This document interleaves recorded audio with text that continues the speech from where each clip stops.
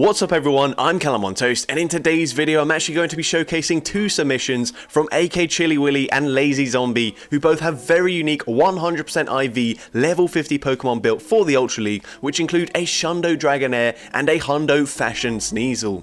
I've decided to group these submissions together because whilst the Hundo Sneasel was a really cool pick, there are only a handful of games that were worth showcasing, so I thought I'd just stick them on the end of the Dragonair showcase. With that being said, let's just get into the question of the day. What's the craziest 100% IV Pokemon you've ever built for the Go Battle League? Let me know in the comment section down below, and with that being said, let's get into the battles now. Alright, so going into the first battle, we lead Gardevoir into Escavalier, and on our Gardevoir, we're actually running Confusion. I say we, these are not my battles, so I don't know why I said we, but AK Chili Willy is using Confusion, a little bit less fast move pressure, but we do get to the triple axle a lot faster, and this is going to be very nice because we will be able to boost our attack, and we grab a shield there. We did farm to the potential Shadow Ball, and here we are going to see us shield this next Acid Spray, and that probably with a few more counters would have taken us out, but now we can go for another triple axle, and we put them into range where this would be taking them out, so they do use both their shields straight away.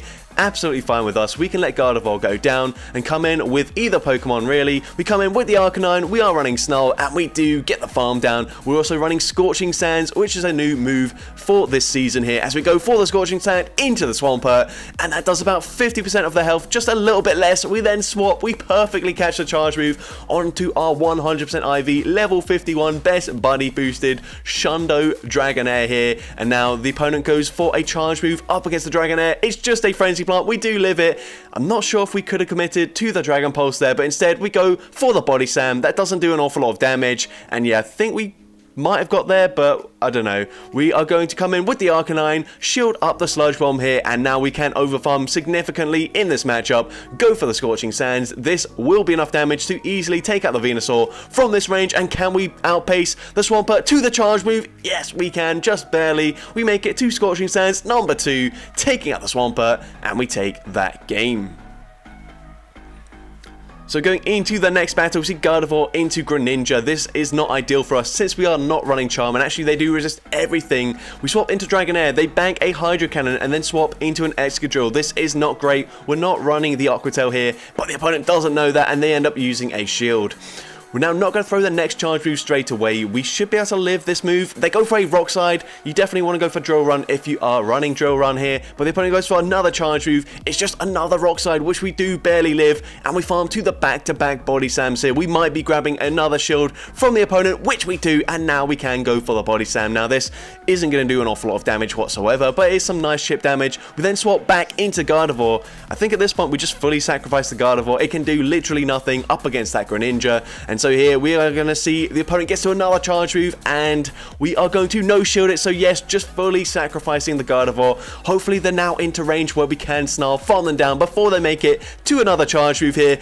But unfortunately they're not, and we have to shield this up. But Greninja did bank a charge move, let's not forget. And they come back in, they actually didn't throw their charge move straight away. This is perfect for us because Wild Charge fully one-shots the Greninja, and they're actually running Pelipper in the back, and this Wild Charge will easily be enough damage to one-shot the Pelipper, and we're able to take that game. But we got very fortunate there that the opponent didn't throw. I think maybe they thought we might try and make a catch, but the switch clock was not up yet, so very lucky there, but we will definitely take it. And into the next game, we see a Alolan Golem in the lead. They are running Volt Switch instead of Rollout. I think Volt Switch is just a better fast move there. And now we are going to shield up the Rock Blast, and we should be able to go for a triple axle, but instead we swap here. We catch the move. We actually weren't quite at the triple axle yet, so very nice catch there. The opponent comes in with a Venusaur once again. I'm not sure why people are swapping their Venusaur into Dragonair. We should be able to live this, but it will do a lot of damage. This probably puts us into farm down range, which is really unfortunate, but we're not intending to use any shields on our Dragonair, and unfortunately they do get that farm down.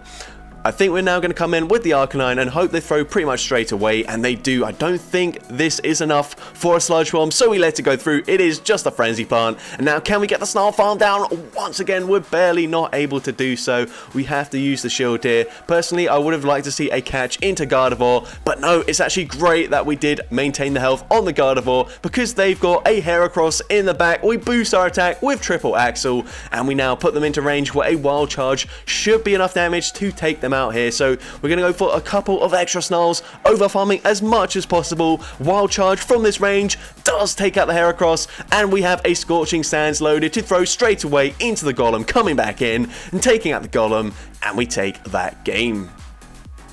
So very nice end game play there by AK Chili Willy. And into the next game we see a Walrein in the lead, so bit of an awkward lead matchup here. We are going to bank a triple axle and then swap into Arcanine, and this is going to be an Icicle Spear, so a really nice catch there. Obviously just, completely luck there, but here we go for a Scorching Sands, and Scorching Sands will be grabbing the shield there so we don't debuff our attack, or sorry, our defense there. We still probably do have to shield this up, so we could have probably just gone for that Wild Charge there, but we go for another Wild Charge, and this should be grabbing a shield from the opponent, or just fully one-shotting the Charizard as they come back in with the Walrein. I'm not sure why we didn't go for the Wild Charge straight away, but I guess we do force the opponent to throw some of their energy. So I guess that's also fine for us, but I would have liked to see if we just went for that Wild Charge, but I guess they could have just farmed us down and then had a ton of energy to throw into the Gardevoir coming back in. So here, we are going to let the Icicle Spear go through. They have a Kartana in the back. Very interesting Spice pick here from the opponent, but we're now going to shield, and look at that Dragon Breath damage. These are resisted Dragon Breaths from a 2000 CP Pokemon, and we're able to fully Dragon Breath, farm them all the way down, come out with a Dragon Pulse loaded, and Dragon Pulse will be taking out the Walrein, and we're able to take that game. So going into the next battle, we see Gardevoir into Charizard, so not ideal, but it is really a baiting game. If they do bait with a Dragon Claw, that will be double resisted damage and will do literally nothing. And here the opponent goes for that Blast Burn. We do shield at the last second. They come in with Metagross. Now we're not running Shadow Ball, but does the opponent know that? Oh, unfortunately, they do let it go through. That's double resisted. Really awkward one there. We can't really afford to shield this up. It is just a Meteor Mash. And now we are going to go for the Scorching Sands, which will be enough damage to fully one-shot the Metagross from this range. So we grab the shield here, and now we can go for another Scorching Sands just before they make it to the next charge move. And the opponent is going to see the Scorching Sands go through. They let it go through, and we barely don't make it to a Wild Charge, which is unfortunate. We're now going to come back in with the Gardevoir, and we are going to let this move go through. It is just a Dragon Claw that does absolutely nothing whatsoever. We can now go for a triple axle, boosting our attack. Hopefully the opponent does use their shield there, because if they do, now we can just let this move go through and then come in with our Dragonair. This time they do full send the Blast Burn. We should be able to Dragon Breath, farm them all the way down, and what do they have in the back? It is a Machamp here, so Gardevoir would have been nice, but it doesn't really matter. We can farm and go for back-to-back body slams. We do have a shield remaining, and we have an energy advantage. The opponent is going to over farm here, farming to back-to-back cross chops, but they don't get there in time. Body Slam takes out Machamp, and we're able to take that game. So into the next game, we see Gardevoir into a Snorlax, so not an ideal lead for us because Lick is super effective, but these confusions are seriously chunking the Snorlax already. We go for the Triple Axle here, and Triple Axle will be boosting our attack. It doesn't do much damage there, it is non-stab, but now these confusions are seriously chunking the Snorlax. We let the Body Slam go through. We're now going to swap into our Dragonair here, and we are going to catch the second Body Slam. The opponent's staying in with the Snorlax, and we tried to go for the farm down there, not quite able to do so before they make it to another Body Slam. So we shield once, and now we do get the full farm down. Let's see what the opponent has in the back. They come in with a Skeledirge, and this is really unfortunate because we're not running Aquatail. We go for the Dragon Pulse, grabbing a shield there. Possibly could have baited with that Body Slam, but it was very risky because Body Slam is double resisted, and now here the opponent does throw some of their energy, which is really nice for us.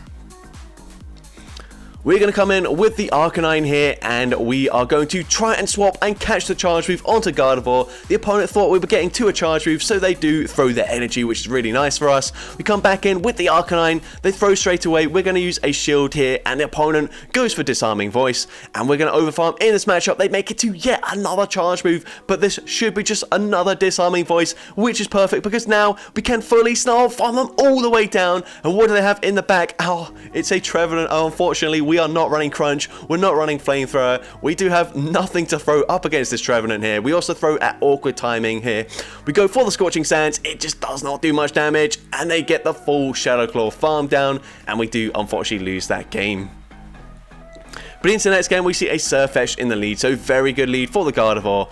and the opponent stays in. Initially, they swap into Lucario, so that is why they stayed in. They really do not have a strong team up against this Gardevoir. We go for triple axle, boosting our attack and grabbing the shield. We can now safely shield this up, and even if they bait with a power punch, they shouldn't make it to the Shadow Ball, but since they full sent the Shadow Ball, it's a very comfortable farm down. The opponent comes in with a bullet punch Sneasel, so here we're going to go for a boosted synchronize here, grabbing the shield from the opponent. We now swap into the Arcanine, and we go for a Scorching Sands, losing the CMP tie, but it doesn't really matter here. They go for a Night Slash, doesn't do too much damage. Scorching Sands, even though it's not double super effective, still does a ton of damage to the Sneasel here as they go for another charge move. Night Slash won't quite take us out. They will actually get the bullet punch farm down, but it doesn't really matter. We can now come in with the Dragonair.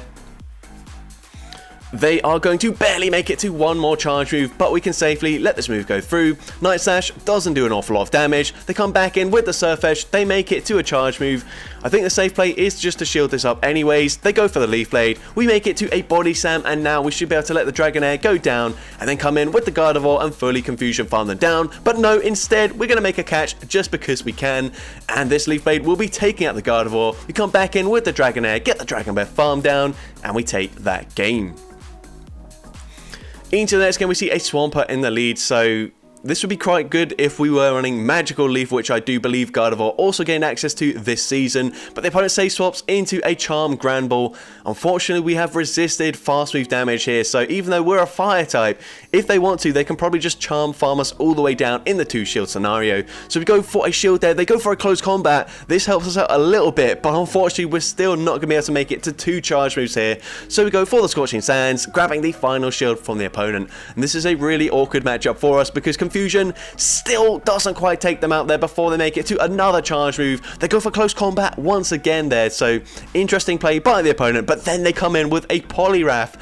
Definitely not a play because Synchronize nearly one-shots them. We get the full Confusion farm down. They come back in with the Shadow Swamp, but we bank a triple axle, and then we swap and we catch a Muddy Water onto the Dragonair there, so interesting moves by the opponent. We're now going to go for a Body Slam, and this won't quite be enough damage from this range to take them out, but we will be able to fully Dragon Breath farm them down as they go for the Earthquake, and that actually takes us out there, but we still had the triple axle loaded, so we throw it straight away just to be sure, and triple axle takes out the Swampert, and we take that game.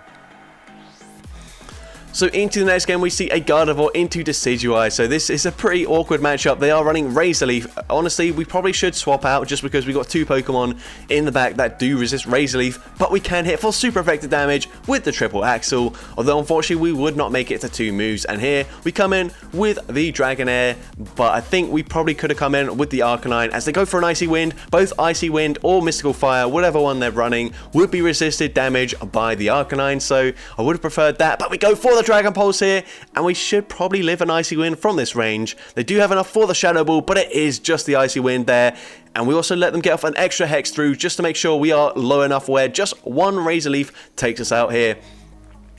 We're now going to come in with the Arcanine, and the opponent comes in with an Aggron.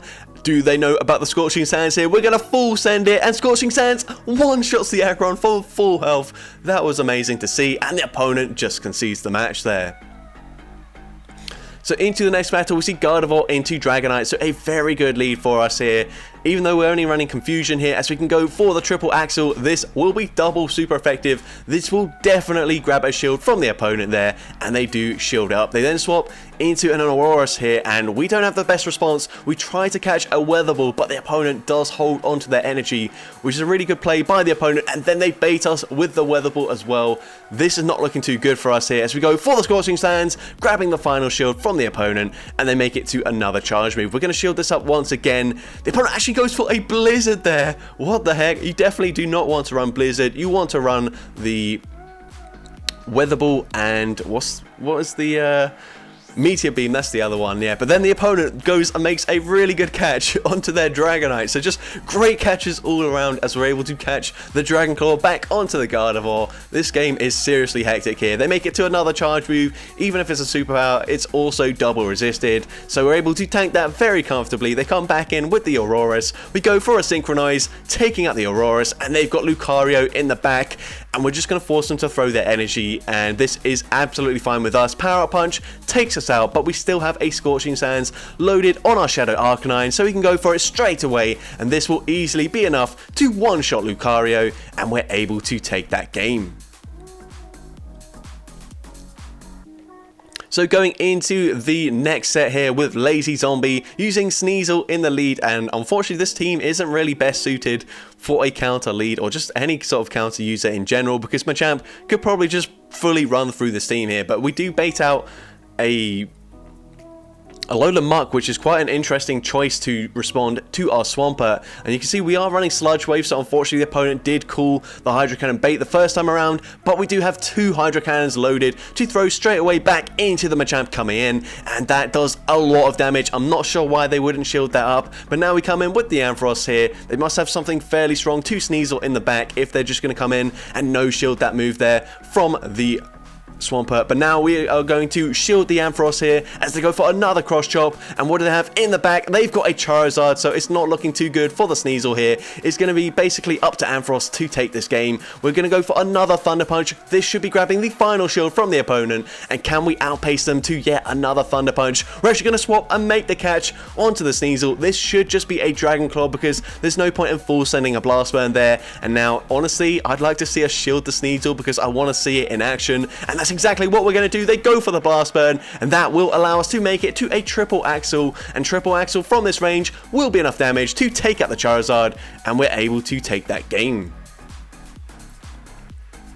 So going into the next battle, we see Virizion, and this is literally the worst thing we could see, but they're running Quick Attack as the fast move, and that makes it a little bit more comfortable, but we still get completely walled with our Ampharos up against this Virizion, as we have only resisted damage to throw here. We go for a Brutal Swing, we do at least farm to a ton of energy, faking like we've got a potential Focus Bar, so I do really like this play. We're now going to shield the Leaf Blade. I don't agree with this whatsoever, and now we're going to overfarm in this matchup, and we overtap. This is definitely a mistake. I'm not sure what we're doing, but we are now going to let Ampharos go down with like nearly 100 energy. I'm not sure I agree with that whatsoever.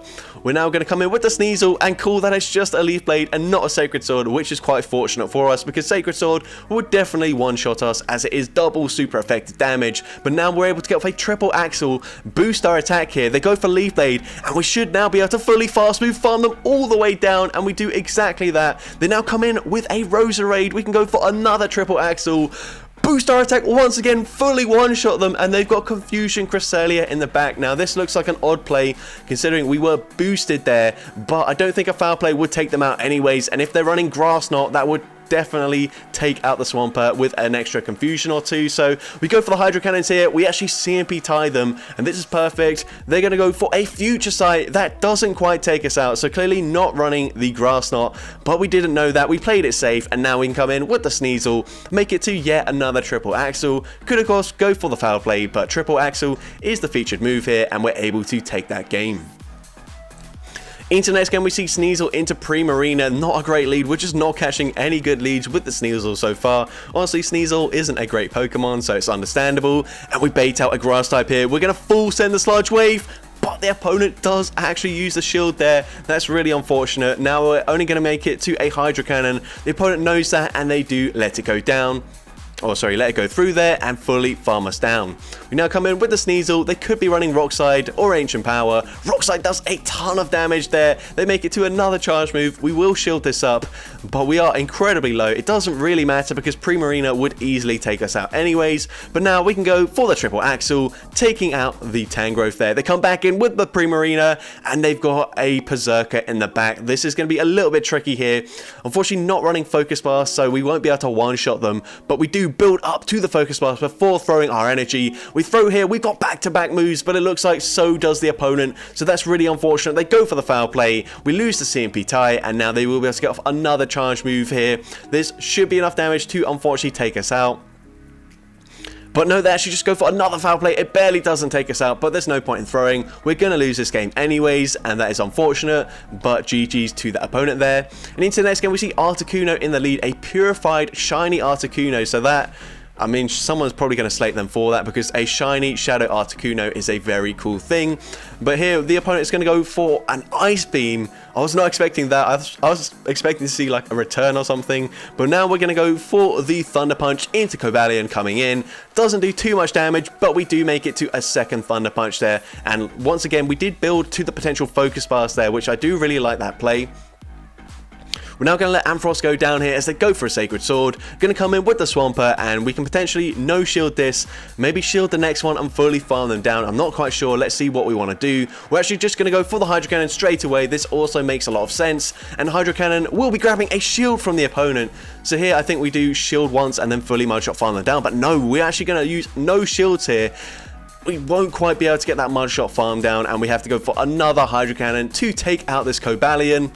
And now we're going to swap into the Sneasel straight away, and the opponent is going to come in with a Raikou. So very spicy pick here. Unfortunately, we do get a one-turn swap, so they get a full Volt Switch in for free there, as we throw straight away. And now the opponent catches the next Triple Axle onto their Articuno, but this is absolutely fine. This puts them into range where we should be able to fully Ice Shard farm them down. Gonna use the shield here, Ice Beam, grabs our first shield, sorry, and they come in with the Raikou. They make it to a charge move. How much energy do they have on the Raikou? They go for the Shadow Ball, and they won at the back-to-back, and that allows us to fully Ice Shard, farm them down, and take that game.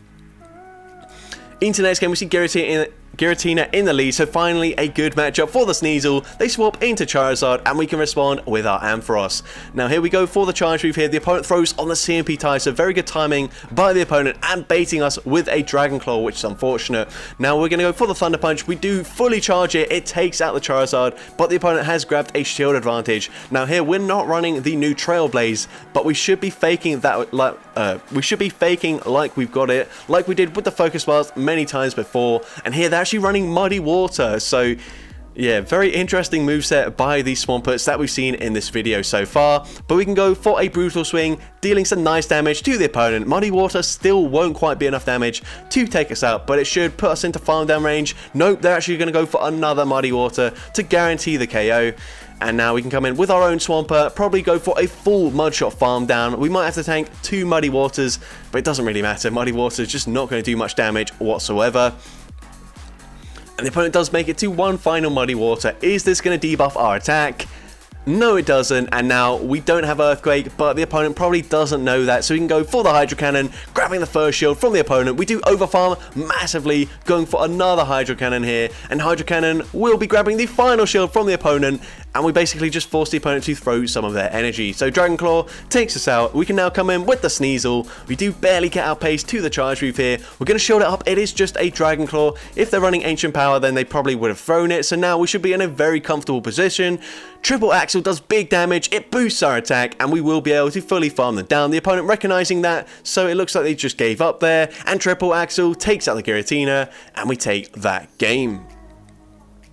So into the next battle, we see Sneasel into Shadow Machamp. So once again, awful lead, and we don't have a great response to fighters whatsoever. They come in with a Shadow Snorlax. This is a fairly neutral matchup here. We are slightly up on energy, and a second Hydro Cannon looks like it will be taking out the Snorlax from this range, or if not, getting them very low. So we grab a shield from the opponent there, and we should actually be able to live a Body Slam from this range. It will be very close, but we do barely live it there, and we make it to another Hydro Cannon, and this looks like it's a CMP tie. So we go for the Hydro Cannon, grabbing the shield, and it was a CMP tie, so that is perfect for us.